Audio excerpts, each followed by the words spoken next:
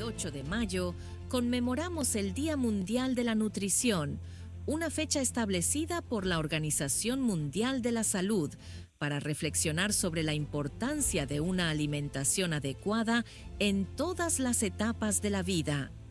La nutrición no solo es clave para el desarrollo físico y mental, sino también para prevenir enfermedades como la obesidad, la diabetes y las enfermedades cardiovasculares. Una dieta equilibrada fortalece nuestro sistema inmunológico y mejora nuestra calidad de vida. Es esencial optar por alimentos locales y de temporada, que no solo son más nutritivos, sino que también apoyan a los productores locales y reducen el impacto ambiental. Las escuelas juegan un papel crucial en la formación de hábitos alimenticios saludables. Programas de alimentación escolar y educación nutricional son fundamentales para combatir la malnutrición y el sobrepeso infantil. En este Día Mundial de la Nutrición, recordemos que una buena alimentación es la base de una vida saludable. Nutrirnos bien es invertir en nuestro bienestar y en el futuro de todos.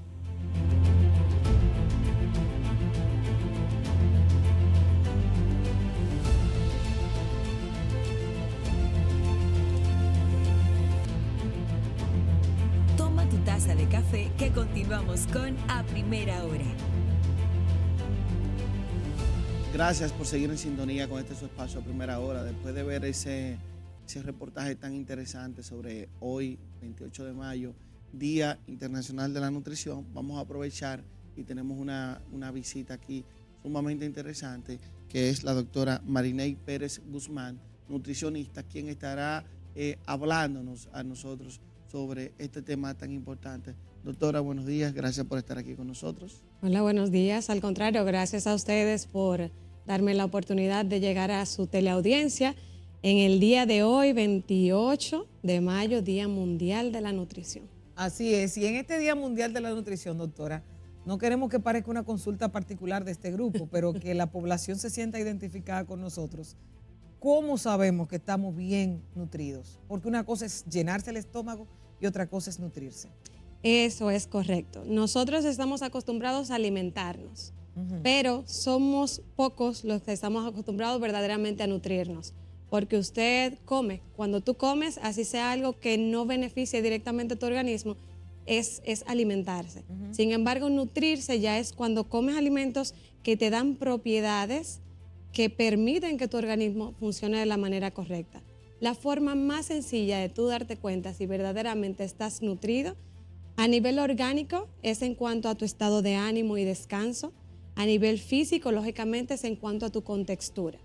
Ves una persona que está tonificada, más musculosa, es una persona que puede que esté bien nutrida.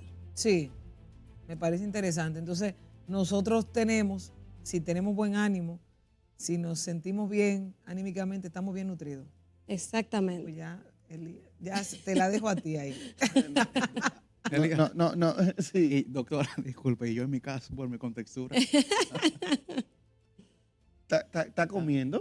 No, sabes que, por ejemplo, en cuanto al tema de la contextura, hemos avanzado bastante y hay de hecho instrumentos que utilizamos los nutriólogos que nos permiten conocer exactamente cómo es tu composición corporal, porque el aspecto físico es algo objetivo hasta un punto. Ahora, internamente, verdaderamente qué cantidad de músculo tienes, cuánta grasa tienes en tu cuerpo, cómo está distribuida. Y actualmente, gracias a Dios, tenemos los instrumentos para poder valorar esa parte. Así como podemos ver muchas personas que quizás físicamente son delgadas, pero de repente su contextura corporal no es la correcta porque tienen más grasa que masa muscular, por ejemplo, que es algo que últimamente he estado observando mucho en consulta, de hecho. Los pacientes van porque dicen, es que me alimento bien, no sé qué está pasando, que no me siento con mi estado de ánimo bien, tengo problemas para el sueño, por ejemplo. Y cuando hacemos una valoración tanto bioquímica como de esa evaluación física de la composición corporal, nos damos cuenta que son, a veces mal llamados, son flaquitos que verdaderamente están gorditos. porque tienen muy poca masa muscular y tienen un alto porcentaje de grasa corporal, a pesar de que físicamente tú lo veas delgado.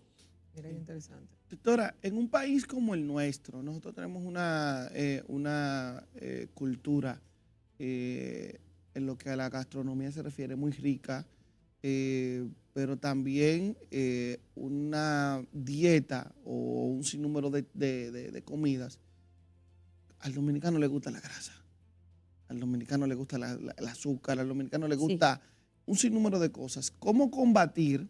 Porque también hay veces que tú tienes que luchar contra cosas que tú has tenido tu vida entera haciendo. Mira, de repente usted no puede comer grasa. Usted no puede, cuando tú vienes con esa cultura. ¿Cómo hacerlo y cómo usted ve y qué tan frecuente todo este tipo de casos en consulta sobre todo? Mira, yo te puedo decir que el 99% de personas que acuden a una consulta nutricional, y los colegas también pueden hablar de lo mismo, llegan precisamente por eso, porque se dan cuenta de que hay que hacer unos ajustes en su modo de alimentación. Y efectivamente, la gastronomía dominicana es una gastronomía rica. Nosotros tenemos la bondad de que tenemos de todo. La dificultad es que, como todo ser humano, siempre nos vamos a inclinar por lo que es más rápido, por lo que verdaderamente nos hace sentir tranquilos, por lo menos por un tiempo. En el caso de los carbohidratos, ¿qué es lo que sucede? Que te dé esa sensación así como de bienestar, hasta cierto punto de placer, me siento bien cuando consumo carbohidratos. Todo comienza con la decisión. Lo más importante es que la persona diga, ¿Ya qué? llegó el momento de hacer un cambio. Eso es lo más importante. ¿Sabes por qué?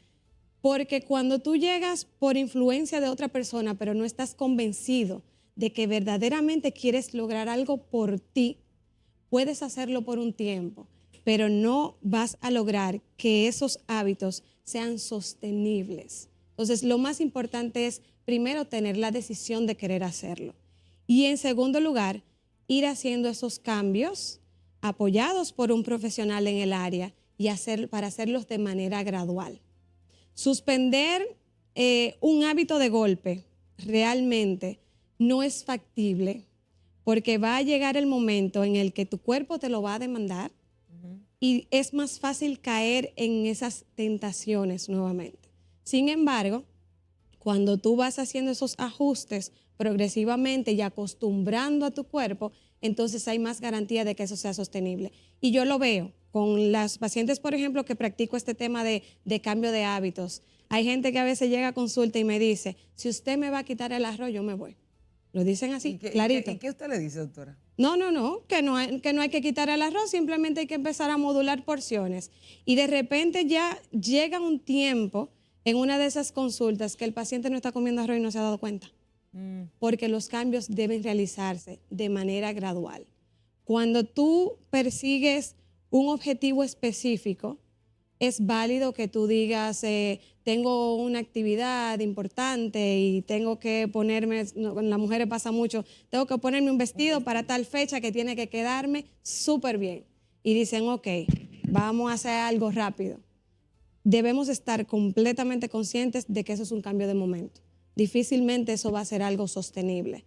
Porque para poder lograr ese cambio a corto plazo, tenemos que tomar medidas drásticas. Y ahí venimos con lo que decía. Si yo te hago un cambio drástico, es difícil que eso sea sostenible en el tiempo.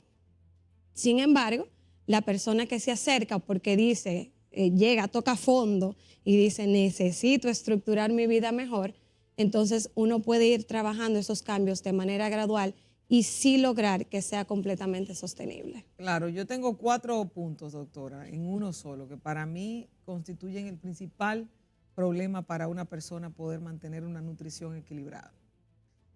Azúcar, harinas, frituras y alcohol.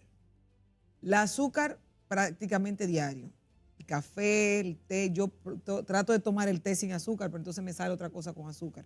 La fruta tiene azúcar, hay cosas que tienen azúcar, o sea, azúcar. La harina, el pancito, doctora. El pan es demasiado bueno para uno decirle que no es.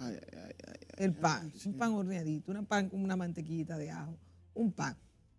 Las frituras, yo amo los tostones, amo las arepitas de yuca, amo esas cosas, de verdad. y el alcohol, que aunque uno no beba diario, pero una copa ocasional, o como yo le decía, a veces vienen y te brindan un trago, una cosa. Esos son 4 factores terribles en la nutrición. Cómo manejarse con esto y cómo llevar un equilibrio cuando tal vez es el entorno que te lo lleva. Sí, sí, Junto sí. con una pistola para que te lo coma, ¿verdad? Como, coma. ¿Cómo tú lo sabes? Bueno, quizá no de esa forma, pero de manera muy sutil, tú sabes. Mira, la verdad es que todo depende de las proporciones. Yo, y bueno, siempre hablo me gusta hablar desde mi ejemplo, porque es que todos verdaderamente venimos de ahí. Yo soy una persona que no se cohíbe para comer. Yo disfruto todo. Sí. Sí, claro que sí. Tostoncito con Yo, aguacate. yo disfruto todo lo que tiene que ver con gastronomía dominicana y demás, Dicen yo ahí lo que no disfruto. parece, doctora. No, ¿sabes qué es Ay, lo que doctora. pasa? Ahí es que vamos, ¿sabes qué es lo que pasa? Todo es la proporción y el tiempo en el que yo lo hago. ¿Qué significa? Es que O sea, hay comida, adicional a eso, hay comida que da seguidilla. No, si yo porque me hago nadie se puede, yo voy a poner un reto, nadie se puede comer un tostón. no. Nadie O sea, se no, come. no, no. ¿Cuántos No, tostones? ahí estamos de cuántos acuerdo, días? ahí estamos de acuerdo, mira. ¿O cuáles días? Para eso lo ideal siempre es hacer una pequeña estructura. Dígase, por ejemplo, que es algo que yo hago. Un desayuno bueno, rico en proteínas, que me ayude a empezar el día con energía, que me haga sentir saciada por un poquito más de tiempo para yo poder llegar al mediodía sin cometer mucho pecado. Al mediodía, mi alimentación es completamente variada. Yo incluyo carbohidratos. Los carbohidratos deben ser el 50% de las calorías que tú consumes diariamente. Eso es lo normal para tu cuerpo. La diferencia está en la calidad del carbohidrato que estamos consumiendo. Porque si consumes algo que tiene azúcar, pero además de contener azúcar, es procesado, ya ahí hay un doble daño. No es lo mismo tú comerte la fruta que comerte, por decirlo algo, una bollería quizás, que está hecha con harina refinada y demás, a veces incluso hasta frita, pero también tiene azúcar adicional a lo que te puede aportar la harina como carbohidrato. O sea, si tú te comes un arrocito adecuado, porciones buenas, que lo ideal sería no más de media taza en una porción, por ejemplo, y tú tomas tu plato y lo haces rico en proteínas, rico en vegetales, estamos bien. Pero entonces llega el momento en el que tú te mantienes alimentándote de esa forma, en la noche tienes una actividad. Nuestra forma de socializar gira en torno a la comida, donde quiera que vas. Y tú tienes, por un lado te ponen proteína y ensaladita, pero por otro lado te ponen pastelitos, quipes, croquetas y te ponen alcohol. Entonces, ¿qué es lo que yo siempre le aconsejo todo, mucho? Todo bueno. Y todo bueno, Era exactamente. malo fuera un tema. Entonces, ¿qué es lo que yo le aconsejo a las personas? Aprende a tomar, a disfrutar de la comida de manera inteligente. Si sabes que vas a tomar alcohol, estás en una actividad, que vas a socializar mucho, que es un alcohol derivado de frutas sobre todo, que es vino, no que sea un alcohol como tequila, quizás vodka, ese tipo de cosas. Tienes que hacer el esfuerzo de modular el tipo de alimento que te vas a comer, porque ya vas a estar consumiendo, dependiendo del tipo de alcohol, reitero, carbohidratos con el alcohol, pero también vas a estar consumiendo calorías adicionales que corresponden al alcohol per se. Entonces, aliméntate mejor, elige mejores alimentos y consume todo el alcohol que quieras, por decirlo de una forma. O en su defecto, si vas a tomar esa elección de alimentos, modula la parte del alcohol. Todo está, la clave verdaderamente está en el balance. Estar bien nutridos, alimentarse bien, tener buenos hábitos, no es complicado. Lo que tenemos que aprender es a llevar un balance entre esas cosas. Doctora, en las escuelas públicas de República Dominicana, desayuno, almuerzo y merienda, Y merienda. ¿se están alimentando bien? ¿Son nutritivos estos alimentos que estos jóvenes ingieren todos los días? Mira, sabes que en los últimos años, la verdad es que tenemos que felicitar al INAVIE porque se ha hecho un gran trabajo. Cuando particularmente yo vi que una de las primeras medidas antes de ellos empezar a estructurar todo el sistema fue saber, investigar dónde estamos parados en cuanto a la salud nutricional de los infantes. cuántos infantes tenemos en sobrepeso, obesidad, cuánto está en normopeso. Fue lo primero que se hizo. Yo dije, la cosa va bien, porque vamos a identificar el problema. ¿Qué se han hecho? Se han identificado las debilidades y se ha ido poco a poco mejorando esa parte. Entonces, la verdad es que hay que reconocer que están haciendo un gran trabajo con eso y poco a poco se ha ido mejorando la calidad de lo que los estudiantes consumen en las escuelas. Esa es la verdad. Claro. Doctora, un truco de prácticamente todo lo que uno hace es la mente, que la mente que termina controlando todo. Todo. Entonces, ¿cómo afrontar primero la gente que ha pasado cuando uno es adolescente? El metabolismo de uno es totalmente diferente. Ese Completamente. metabolismo va cambiando con la edad. Sobre todo si es mujer, y perdón que te interrumpa. La gente dice, es que yo ahora hasta de ver la comida engordo. ¿Cómo ver, cómo tratar eso y cómo entender, cómo hacer entender a la gente que ese cuerpo va cambiando, que no es el mismo cuerpo de siempre? Y segundo, aunque usted lo ha dicho, lo ha tocado en varias ocasiones durante la entrevista, el estilo de vida. Cómo también eso interviene en cómo tu cuerpo asimila los nutrientes de lo que te estás alimentando, pero cómo también esa veces desorganización que tenemos por X o por Y también influye en el sobrepeso y ese tipo de cosas, en enfermedades de asimilación de alimentos, etcétera. Mira, respecto a la respuesta de tu primera pregunta, los padres tenemos mucho que ver en eso, porque la verdad es que además del tema de los hábitos anteriores, que eran muy buenos, realmente no teníamos unos padres que nos hablaran, nos concientizaran, quizás de una generación hacia acá, sobre el tema de cómo manejar las porciones de alimento, demás. Las circunstancias económicas eran diferentes, entonces la familia tenía que comer lo que podía obtener en ese momento. Entonces, en ese primer punto tenemos que empezar desde los padres. Nosotros somos quienes tenemos que ir concientizando a nuestros hijos y darles las mejores elecciones. Ahora se ve mucho con frecuencia que hay madres que dicen, no, él no come eso. Es que yo lo daba y lo dejo de comer. Es que es un trabajo, es un verdadero trabajo, porque cuando un niño te rechaza un alimento, nosotros no podemos desistir. Primero, hay que exponerlo lo más que se pueda día a día al tipo de alimento que el niño está rechazando. Y segundo, hay que buscar diferentes formas de preparación. Y con el corre-corre que nosotros tenemos en la vida, no siempre es posible. Además de que en la mayoría de los casos esos niños realmente están al cuidado de otra persona, precisamente porque nuestro estilo de vida es un poco complicado y no estamos directamente inmersos entre su alimentación. Entonces, los padres tenemos que involucrarnos un poco más, que también es algo que con la cultura fit que se ha venido viviendo en los últimos tiempos, se ha ido mejorando poco a poco, pero sí es un trabajo arduo que tenemos que hacer.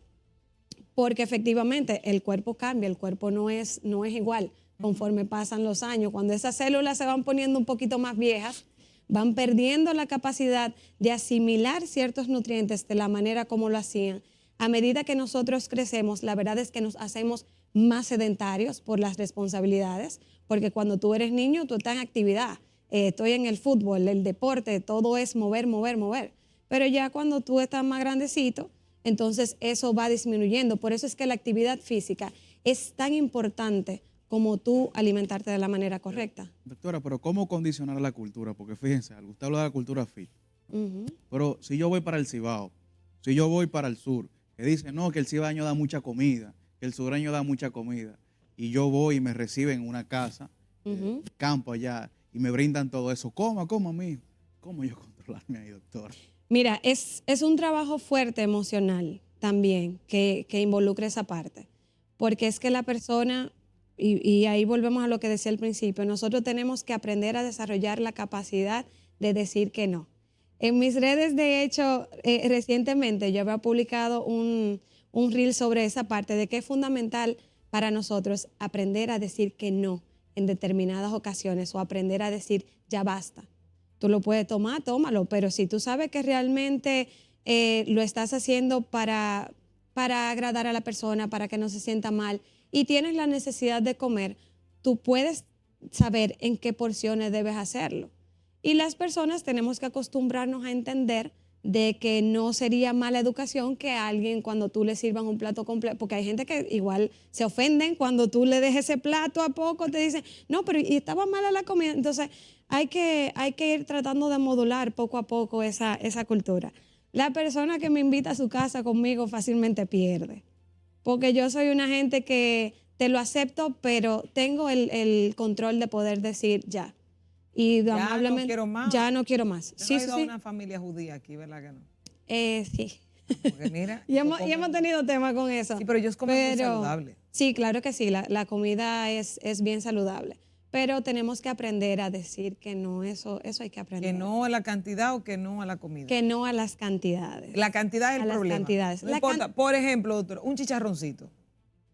¿Usted se come un chicharroncito? Sí, claro, yo lo como, pero cantidad y calidad. Sí. No es lo mismo el chicharrón. O sea, la grasa de cerdo es una grasa buena, se sataniza, pero que lo dijo no la doctora aquí, ¿eh? No es una grasa mala. ¿Cuál es el problema del chicharrón? ¿Cómo se prepara?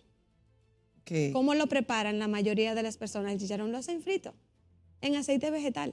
Hay que hacerlo horneado. Entonces, lo ideal sería hacerlo horneado. Pero no es lo mismo que tú te sientes, está difícil, sancochado, ¿eh? No es lo mismo que tú te sientes con el servicio de chicharrón para ti a que tú te sientes con 2 o 3 personas con el mismo servicio. No van a consumir las mismas cantidades. No es lo mismo a que tú lo hagas con una botella de cerveza de helado a que solamente sea eso. O sea, usted está en contra del helado también. No. Digo yo, una cerveza de helado. Tú tienes el chicharrón aquí y la cerveza en el lado. El chicharrón no es helado. lo mismo a que tú lo hagas mediodía, cayendo la tarde, a que tú a las 12 de la noche te comas el servicio. Entonces, a eso es puntualmente a lo que yo me refiero. Ahora, doctora, ¿y qué pasa cuando no comemos?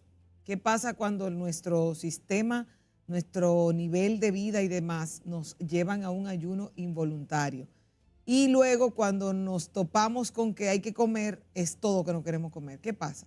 No comer es un arma de doble filo, porque entonces nosotros venimos arrastrando deficiencias desde tempranas horas de la mañana y al final el cuerpo te lo va a pedir porque es que ese elemento le ha estado haciendo falta para poder desarrollar sus actividades orgánicas diarias. Entonces, ¿qué sucede? Nosotros, lamentablemente, ojalá tener una vocecita interna de cuando tenemos hambre, no diga, mira, tengo hambre, pero cómete tal cosa, porque, por ejemplo, proteína, tengo hambre, pero come proteína, que lo que me está haciendo falta es proteína, que tú no has comido suficiente hoy. Eso no pasa, a ti lo único que sucede es que te da hambre. Y cuando eso sucede, lo hacemos por impulso. Tengo hambre, lo primero que venga, eso voy a tomar. No hacemos una introspección de decir, pero mi día ha sido difícil, pero yo no me he comido ni un trocito de carne hoy. A veces sucede hasta con el agua. A ustedes, yo sé que sí, que me van a decir que sí. En algún momento no han dicho o alguien les ha dicho, yo me tomo un vaso de agua y se me quita el hambre. Eso está mal también. No, ¿sabes por qué se te quita el hambre? Porque tú no tenías hambre, tú tenías sed. El estímulo, el reflejo para que tú tomaras agua era simplemente, dame algo en el estómago. Te tomaste un vaso de agua, se te quitó, porque mira, está todo el mundo tomando agua. Te tomaste un vaso de agua, se te quitó porque lo que tenías era sed. Y lo mismo pasa, nosotros acostumbramos a consumir carbohidratos. Cuando tú tienes hambre, lo que tú buscas es una fuente que tiene carbohidratos.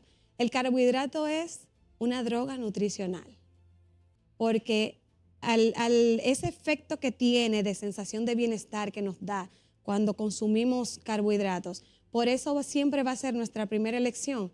Pero ¿qué pasa? Tú te sientes bien los primeros 20, 30 minutos. Después vuelves y tienes hambre porque tú no tenías necesariamente la necesidad de consumir carbohidratos en el momento. De repente era hasta un poquito de grasa que hacía falta, que comiste bajo en grasa en el día. Pero ¿cómo determinamos que es hambre lo que estamos sintiendo?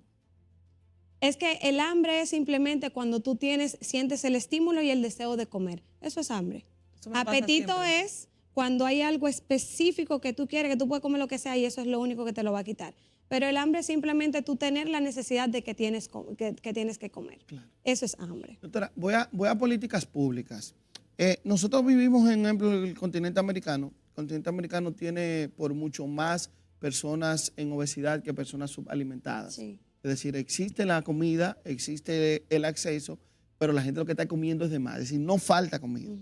Entonces, yendo a política pública, y lo hablábamos antes de iniciar, hay un tema de acceso a comida saludable. Por ejemplo, y me voy aquí al país, me gusta, disfruto del tema de las ensaladas, pero aquí hay poco acceso a cadenas reales que tú digas, voy a comprar ensaladas. Yo lo que hago es que algunas las preparo, pero le compro los aderezos a la cadena que está aquí. Antes había otra cadena, luego se fue, quizás porque no tiene el mercado. Había un supermercado que también te daba acceso a temas orgánicos, como era Fresh, que ahora ya no está. Y tú de repente sentirías que también, como lo que tiene que ser lo más saludable, como que tiene un costo extra, como que quizás es tan difícil. Y tú dices, bueno, pues déjame comer una hamburguesa. Déjame tener ese tema de lo rápido, de lo accesible. Desde el punto de vista de políticas públicas, los gobiernos deben preocuparse por la salud. Y obviamente la salud preventiva de cara a lo que tú comes está muy vinculado a temas luego de hipertensión, a temas de diabetes y demás, y a un sinnúmero de temas que afectan la salud. Puntos claves de mejorar en ese tema de políticas públicas, se le ha puesto tasa a bebidas azucaradas, como ese tipo de cosas que podríamos lograr, que en lo macro, ¿verdad? Porque hay un tema tuyo, pero también debe haber algo macro que te ayude a tú poder tener acceso a esa comida lo más saludable posible. Mira, una de las mejores estrategias por la que se está luchando todas las sociedades, endocrinología, sociedad de nutrición clínica, es el tema del etiquetado frontal de los alimentos, porque es una forma de que las personas tengan esa advertencia de que ten cuidado con esto. Si lo vas a comer, controla las porciones. A veces tú tienes un alimento que en una bolsa que puede ser de este size, tú tienes la cantidad de calorías de 2 y 3 comidas en esa mínima porción. ¿Y cómo tú le dices a una persona que no ha comido durante el día completo, que tiene acceso más fácil a eso, que una alimentación saludable, no te la comas completa? O sea, lo hacen, es lo que nos impulsa a nosotros. Entonces, hay que tratar de trabajar y poner un punto definitivo con ese tema del etiquetado frontal de los alimentos para que las personas puedan estar más advertidas. Y desde el punto de vista de lo que una persona en su casa puede hacer, a pesar de que implica un pequeño sacrificio, por ponerlo de esa forma, tenemos que tratar de trabajar un poquito más la planificación de alimentación en comida. Tome su fin de semana, como su semana es tan ajetrada de lunes a viernes, y haga un meal prep.